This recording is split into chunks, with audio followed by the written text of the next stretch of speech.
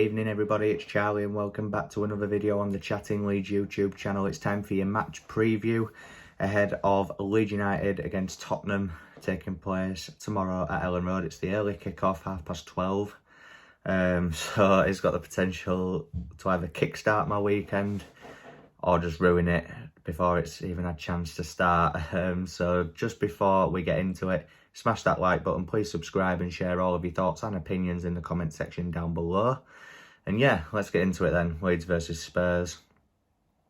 I hope everyone's kind of calmed down a bit now after our horrific night at Anfield on Wednesday. Wasn't great at all.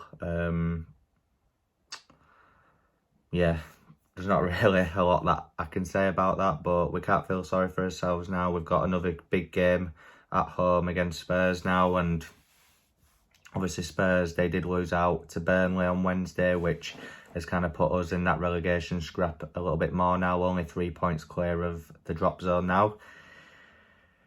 So yeah, this weekend's huge. Obviously I think Burnley have got Palace, so hopefully Palace can do us a favour. I mean, it's bad that I even need to say that, but that's the position that we're in, unfortunately.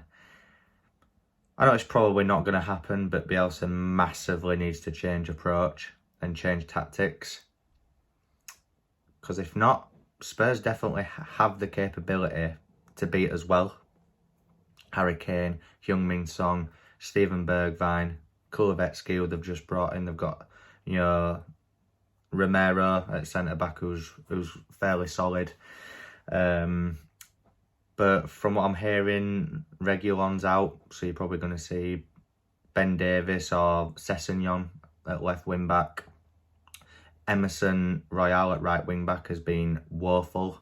Harrison did get the better of him on a few occasions away earlier on in the season. He did set up that goal for Dan James where he nutmegs Emerson and then places that ball in for Dan James and he makes it 1-0 up at their place. But yeah, I think they're definitely there to be got at, especially they'll be... In terms of the Burnley result, it could go one of two ways. They could either be really fired up for it and therefore play really well, or they could still be feeling the effects of that game and we can take advantage of that. Hopefully it is that scenario. I would love to take advantage and get 3 points in this game. I will be completely honest, it might not be good enough in terms of the relegation scrap, but I would take a point now. I really would. Anything to avoid a defeat again.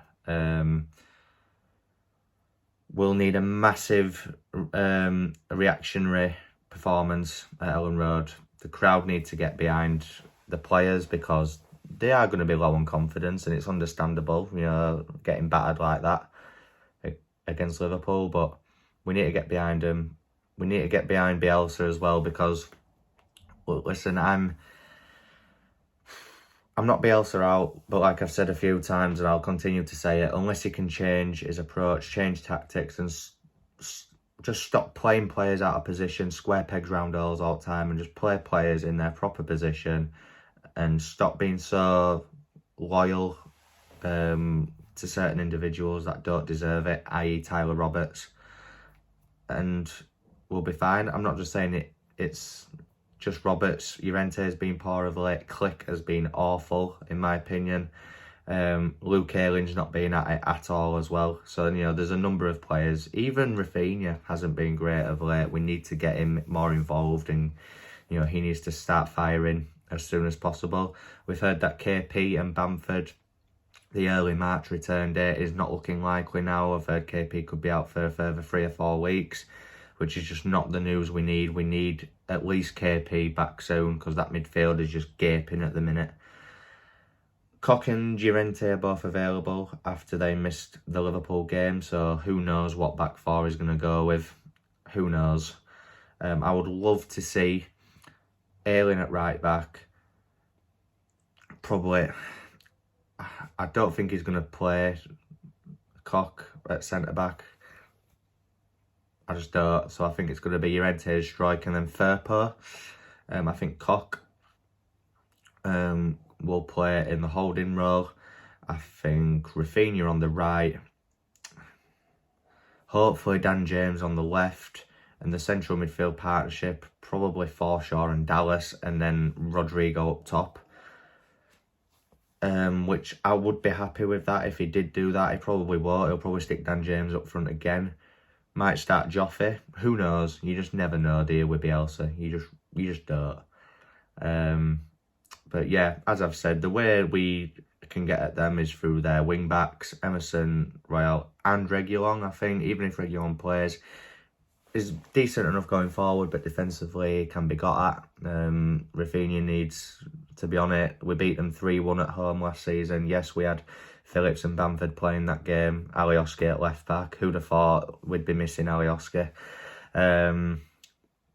So yeah, I think, you know, Spurs, Kane, Son, Bergwijn, Højbjerg, you know, they have got the players to hurt us, but I'm just hoping that they're still feeling the after effects of that Burnley game and that we can hopefully take advantage of that, because at this minute in time, I can't see where his next points are coming from. On paper, you would probably say that we lose this game, but hopefully with the crowd behind us, take advantage of Spurs' poor form. You know, they beat Man City the game before that. That's the most Spurs thing ever. Beat Man City at the Etihad and then go and get beat by Burnley at Turf Moor. But I can't really say anything because we're just not good at all at the moment. And for the first time in a long time, I'm actually dreading going down to Ellen Road because I just don't want it to become a toxic place. We need to get behind Bielsa, and regardless of his opinions of him, we need to get behind certain individuals in this team, regardless of our opinions, because they'll obviously be able to hear it and feel it from stands. You know, they'll be able to hear it and feel it, so we need to get behind them. As for an outcome in this game, I can't even predict a scoreline at the minute. You just don't. I'm going to go 1-1. I think we'll get something, but just not a win. Goal scorer, we'll go Dan James again against them, but we need to be better defensively. That 6th goal at Anfield, the Van Dijk one from the corner, is appalling defending. No one on him, walks right through, header, easy as you like. Not good enough. Not good enough at all. And I know I've had my opinions on Cooper this season, but with him in the team, the stats show that we are defensively more solid with him in. But if he comes in, who does he drop for? Probably Llorente, because I think Struijk, even though he had a horrid night at Anfield, I do think overall he has still been decent. I think Forshaw's been good, even though he had an awful game against Liverpool, and Paul Pogba did do a number on him against Scum. So, you know, there's a number of factors that need changing in this team. I'd love to see Leeds go with more of like a 4-5-1 against Spurs and try and be a bit more solid and catch them on the counter. Whether that's going to happen or not is a different story. It probably won't. But yeah, I'll go for 1-1 in this game, guys.